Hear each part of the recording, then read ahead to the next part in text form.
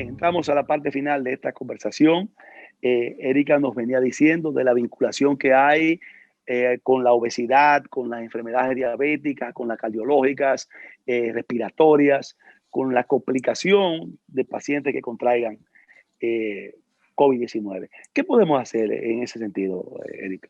Fíjate, déjame decirte que uno de los principales efectos que ha tenido esta pandemia ha afectado la parte de salud mental. Y esto es otro tema que tal vez tú tengas que abarcar en tu programa porque es muy extenso todo lo que esto ha influenciado. Te lo digo porque los pacientes... Lo apuntamos ahí. Ya lo apuntaste, muy bien. Sí, porque es tan importante como la misma infección por el virus, esta afección que vemos en salud mental, que la vemos muy pronunciada principalmente en estos denominados factores de riesgo. O sea, en el momento en el que, y esto es algo que hasta yo lo he discutido con psicólogos y psiquiatras en mi programa, en el momento en el que tú has repetido y repetido los pacientes con obesidad, los pacientes con diabetes, los pacientes con hipertensión, los pacientes que han tenido un infarto, ya todas las personas que se encuentran dentro de este grupo se sienten predispuestos. Sumamente predispuestos.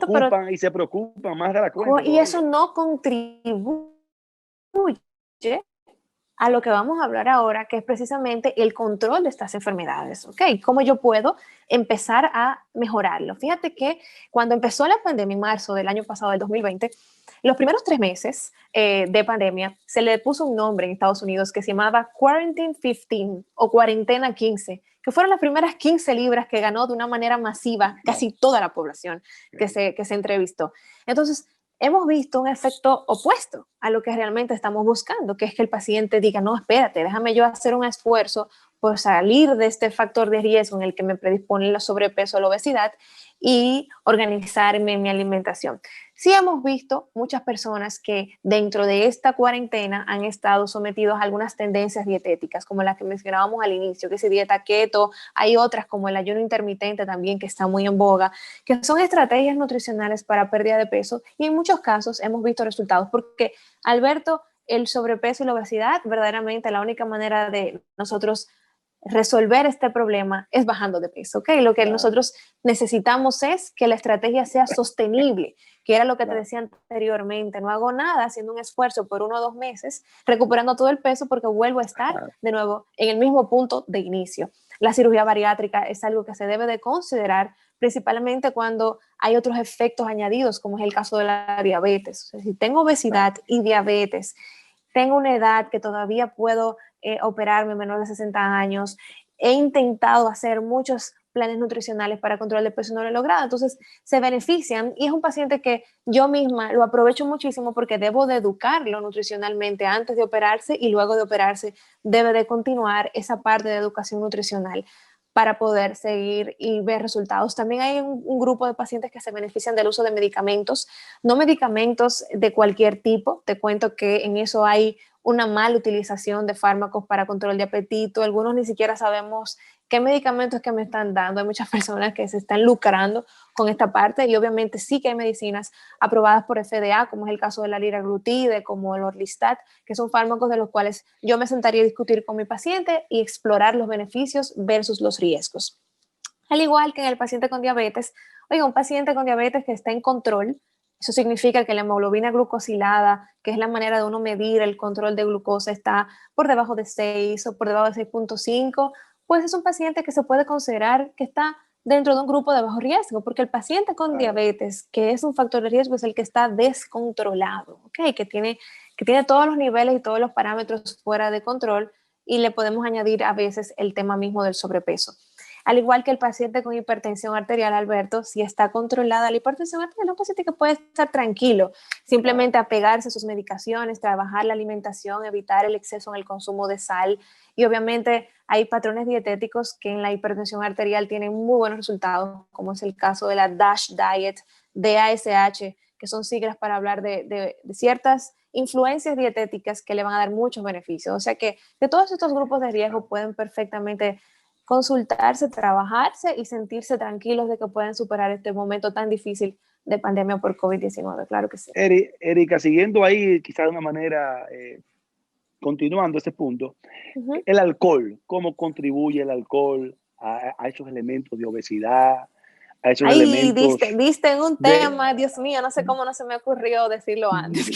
Bueno, Qué pero bueno que no se quedó fuera. te la pongo ahí ahora para que Qué tú bueno así que de no se manera quedó fuera. sintética me la Óyeme, devuelvas. Alberto, eso hubiera sido un programa completo porque el alcohol y el exceso en su consumo ha sido incluso muchísimo más impactante en esta pandemia que la misma sobrealimentación o el exceso de comida. O sea, el alcohol recuerda que es sumamente placentero, sumamente adictivo y obviamente todas las personas que se encuentran en sus casas al final del día o incluso varias veces al día, esta es la manera de relajarse, de complacerse y de pasar el tiempo. Entonces, ciertamente el alcohol es un alimento altamente inflamatorio, estimula los niveles de presión arterial por su carga de energía y nulos en calorías, porque no es cierto que el vino tiene antioxidantes y que me beneficia a nivel cardiovascular, ya todo eso, Alberto, estamos claros de que no es así, no se Pero mira, recomienda tomar alcohol.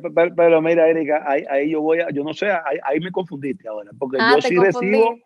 no, porque yo recibo, acuérdate que yo vivo en un ambiente también de muchos médicos, yo Uh -huh. tengo muchos médicos, y a mí se me sigue informando que una copa de vino social o dos copas de vino a la semana, o, que eso no tiene, que lejos No, de hacer daño, hace bien. una cosa es que ya tomes y yo te diga, mira, dentro de tu ingesta de alcohol, yo te voy a recomendar una ingesta moderada. Y ahí va lo de un trago, una copa o dos copas o hasta 6 a la semana, que es lo que antes se sugería, porque incluso la dieta mediterránea, que es a partir de la cual muchos estudios han salido, fue la que promovió una copa de vino al día. Pero ya sabemos que no debemos de recomendar alcohol. O sea, si tú no tomas alcohol, yo jamás te diría, tómate una copita, Alberto, que eso te va a ser, te va a ser de beneficio. Es que Wow. incluso cuando el cardiólogo lo hizo eso hace 10 años, que se promovió, porque supuestamente estimulaba el aumento del colesterol bueno, bajaba los triglicéridos y era bueno a nivel cardiovascular, oye, la mayoría de los pacientes terminaron alcohólicos, porque lo que te decía anteriormente, nadie se limita a una sola copa. El alcohol es muy placentero, entonces no. Ahora bien, ya tomo y tengo este hábito, yo tengo que ser realista, Alberto, yo tengo que Wow. ubicarme en la realidad de la vida y decir, bueno, yo tengo que entonces llevar a este paciente a la moderación y en nuestro país la ingesta de alcohol es muy, muy excesiva. Yo creo que nosotros estamos muy por debajo de los registros reales en cuanto a lo que se reporta. Nosotros tenemos una población de alcoholismo muy, muy alta. No, por eso decimos aquí en tono de chance que aquí se consume más alcohol que leche. Yo estoy Pero, completamente segura de eso. Yo creo que sí. Erika, ahorita tú mencionaste algo de que fruto de la situación de pandemia estamos viviendo, aunque hemos variado en determinado momento y el confinamiento se ha hecho un poquito menor, pero seguimos en cierta forma en gran medida confinados. Y el confinamiento aísla en gran medida o impide en gran medida hacer cosas que hacíamos normalmente, como una vida menos sedentaria, una vida mucho más activa. ¿Cómo nosotros suplimos la posibilidad de que una vida sedentaria, eh, a través de la alimentación combinada con cosas que podemos hacerlo dentro de la vida confinada, eh, evitemos que las cosas se compliquen en Claro, materia? claro. Dijiste un punto importante porque el tema es que hay una diferencia entre hacer ejercicio y hacer actividad física. Son cosas diferentes. A veces nos colocamos en alguna rutina de 3, 4 veces por semana, caminamos media hora, una hora, pero el día entero estamos sentados. Entonces somos muy sedentarios. Ahora se habla de una medida entre 5 y 10 mil pasos como lo que se recomienda para nosotros considerarnos realmente activos. Dentro de las recomendaciones se sugiere que te pares de la silla, que te pongas una alarma por lo menos cada 15 o cada 20 minutos para que des una vuelta y eso va sumando pasos, que si vas a algún sitio, un centro comercial o a algún sitio que tiene varias escaleras, te vayas por las escaleras y no tomes el ascensor para que puedas agregar actividad física dentro de la restricción que nosotros tenemos impuesta de movimiento. Ciertamente es muy aburrido caminar dentro de la casa, pero podemos bailar, podemos hacer actividades dinámicas con nuestros hijos o con algún tipo de entorno que nos coopere para que sea un poco más animado, pero ciertamente tenemos que movernos más dentro de la casa. O sea, nosotros tenemos que tratar de no durar más de 30 minutos sentados. O sea, tenemos que ponernos de pie, movernos, porque eso también nos predispone a otras enfermedades circulatorias a nivel del sistema arterial y venoso que también podrían darnos efectos colaterales que son realmente complicados.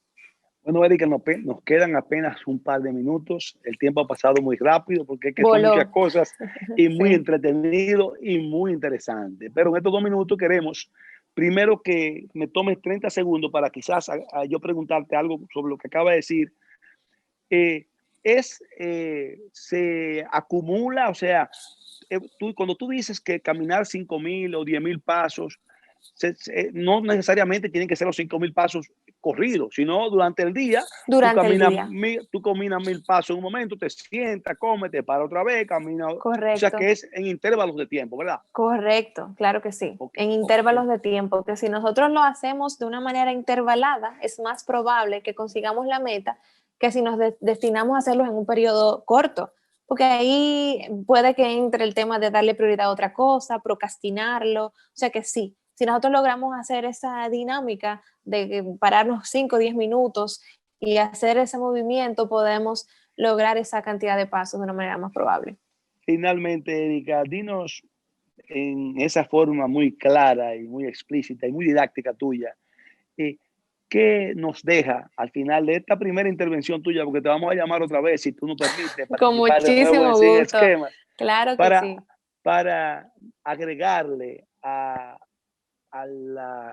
al modus vivendi, al estilo de vida de uno en esta situación de pandemia, un nivel de satisfacción, de bienestar y sobre todo de establecer uno acciones preventivas a través de la alimentación. Claro. Brevísimamente, en un minuto que nos queda. En un minuto yo te puedo decir que nosotros tenemos que pensar que nuestra alimentación también va a ser el reflejo de cómo nosotros nos sintamos. Y tú mencionaste la palabra bienestar y voy a aprovechar eso mismo. Ese es el término que Debemos, me interesa. eso es lo más importante, tenemos que cultivar en estos tiempos tan difíciles el tema de la meditación, cultivar nuestra espiritualidad, no importa la religión, tratar de sentirnos cómodos con nosotros mismos, ver las cosas positivas de la vida, porque mientras mejor nosotros nos sintamos internamente, mejor lo vamos a reflejar externamente. Si nos sentimos bien, vamos a cooperar mucho más con comer alimentos saludables.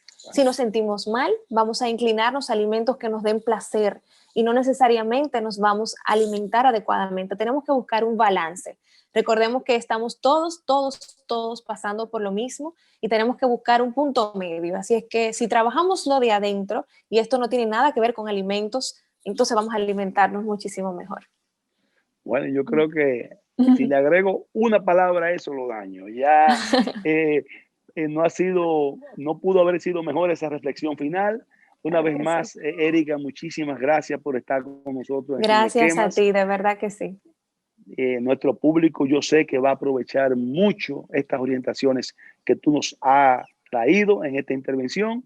Y de nuevo, siempre será bienvenida a participar con nosotros en Sin Esquemas. Gracias. Así lo espero que la aprovechen y un abrazo virtual.